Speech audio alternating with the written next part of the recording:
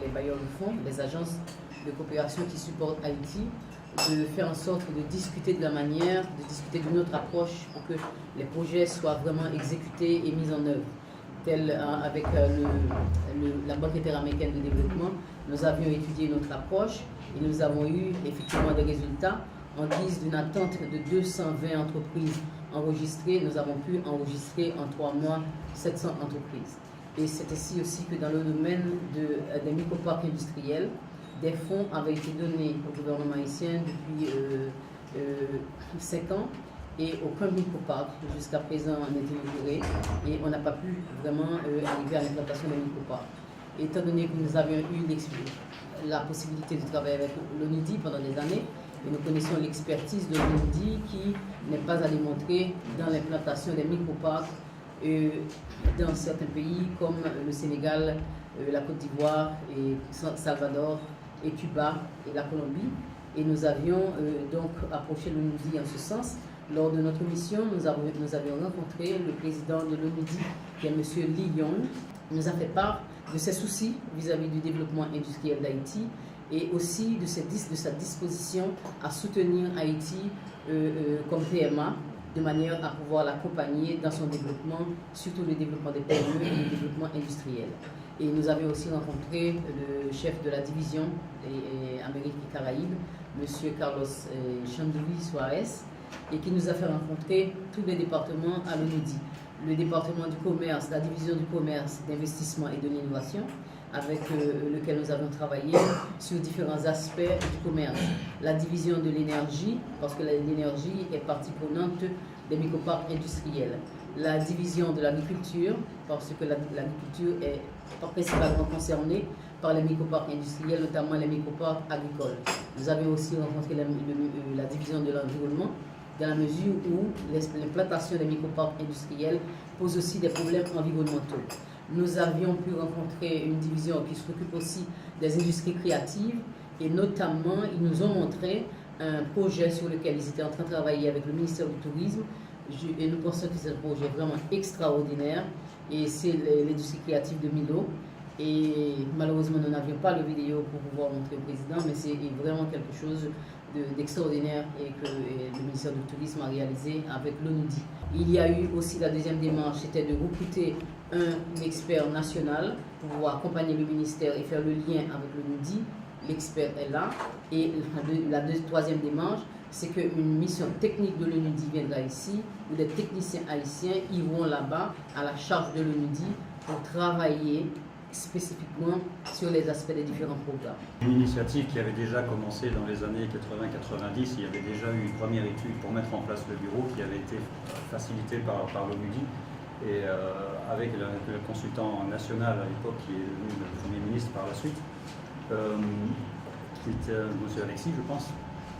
Et bon, tout ça s'est tombé un peu dans les oubliettes, donc on est revenu à la faveur d'un appel du ministère du Commerce appuyé par l'Union européenne pour justement au moment de 2007-2008, au moment des négociations des APE, pour doter l'Haïti d'un bureau de normalisation et d'une infrastructure de base en matière de qualité, de façon à pouvoir ériger Haïti au niveau des autres pays de la Caraïbe pour pouvoir jouer de l'intégration nationale, l'intégration régionale.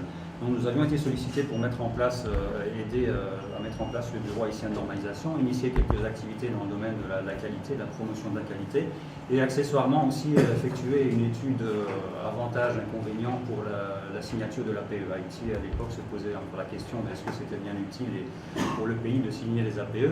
Et donc nous avions mené pour cette petite étude donc pour Haïti à l'époque qui a abouti je pense à la signature finalement de cette APE. Donc l'Union européenne était contente, Haïti était content. Et nous avons donc mis en place ces prémices de la qualité, avec comme résultat au jour d'aujourd'hui quand même donc le bureau qui a été créé physiquement et qui existe et qui est fonctionnel. Nous avons formé des inspecteurs, nous avons formé même des consultants, donc des auditeurs qualité, ce qui est une grande première aussi. Vous pouvez vous targuer d'avoir maintenant 14 personnes en Haïti qui sont certifiées auditeurs ISO 9001 et reconnues internationalement.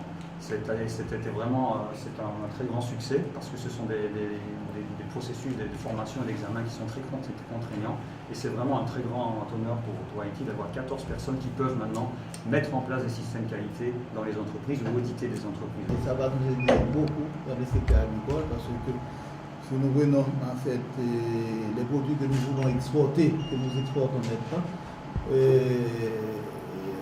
il faut penser tout d'abord à un problème de qualité. Il faut qu'on soit en fait bien contrôler la qualité des produits et puis les régions on peut également les transformer et rendre sur le marché local.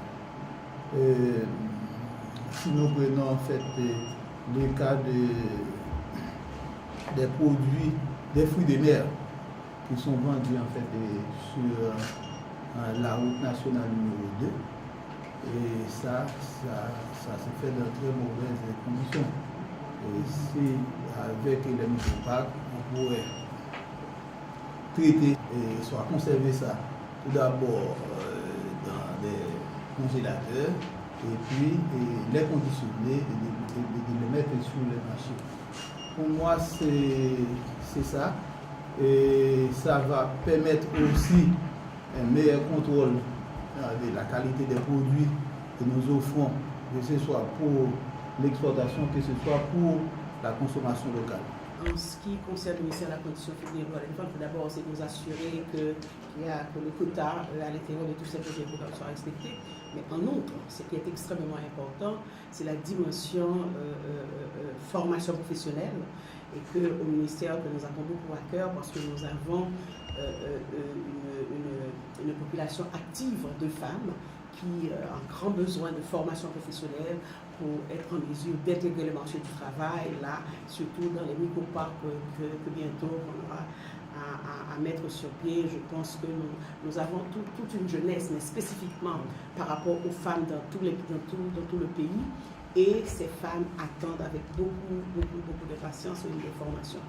Nous avons un programme en ce sens destiné aux femmes filles mères, que nous appelons les filles mères, des jeunes filles entre 16 et 25 ans, malheureusement qui n'ont pas pu terminer, boucler leur cycle secondaire, qui sont arrivés en 9e année fondamentale et qui se retrouvent avec des enfants, mais qui n'ont aucune capacité pour pouvoir intégrer le marché du travail.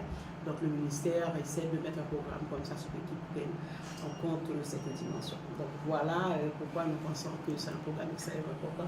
Nous allons travailler avec le ministère du Commerce et les autres partenaires pour voir dans quelle mesure que la dimension genre soit respectée à tous les niveaux et que c'est fait partie intégrante de ce grand projet. Merci. Je suis resté 5 ans au Sénat. Je n'ai pas souvenance qu'un projet de loi portant création du bureau de normalisation ait été déposé au Parlement. Pour moi, c'est un texte qui est encore un avant-projet de loi. Même quand ce gouvernement aurait pris le pari d'en assumer la responsabilité, il n'y a plus de pardon pour le déposer. Ça doit encore attendre janvier. Mais le drame, c'est que les partenaires d'Haïti, ils appuient directement le gouvernement, le chef du gouvernement. Aujourd'hui, il y a sur la présidence provisoire, c'est vrai, mais le Parlement qui est l'organe qui confirme ou consacre les décisions de l'exécutif, malheureusement, c'est la seule institution qui n'est pas appuyée. Comment demander à des gens qui n'étaient que de 5 activistes ou de 5 militants politiques qui par la magie des urnes deviennent du jour au lendemain sénateurs ou députés, d'être transformés en experts en législation. Et c'est là le drame. Si l'ONU entend effectivement assister le gouvernement à résoudre ces problèmes de mesure, d'étalonnage, de normalisation, faudrait-il aussi penser à apporter une assistance technique au Parlement.